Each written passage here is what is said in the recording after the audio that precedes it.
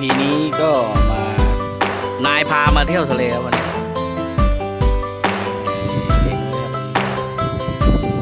มีอะไรครับมันดูชิวถึงก็ทำแก๊สมาเลยครับวันนี้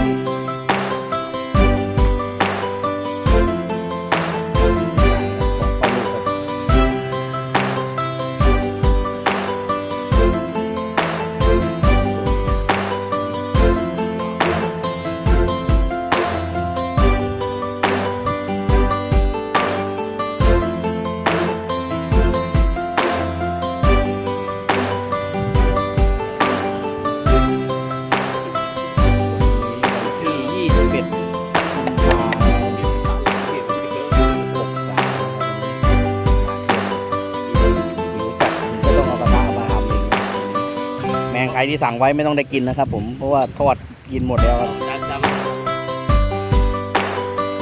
นี่คือเชฟรสชาติพันเพลงครับผมฝากถึงคุณสายันพันลีนะโอ้แตงโมแดง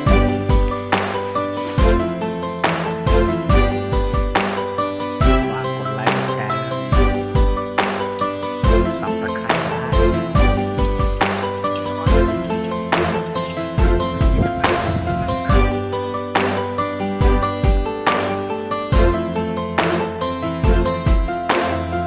นี้โชว์ริมเลครับทอดกระชอนแม่อะไรเกี่ยวฝีมือครับแม่ครับ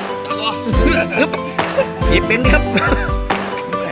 ดูการดูนี่ฝีมือครับแม่ช็อตนี้ช็อตเด็ดครับผมแม่ปุ๊บแม่ควบไม่ต้องกินอีกแล้ว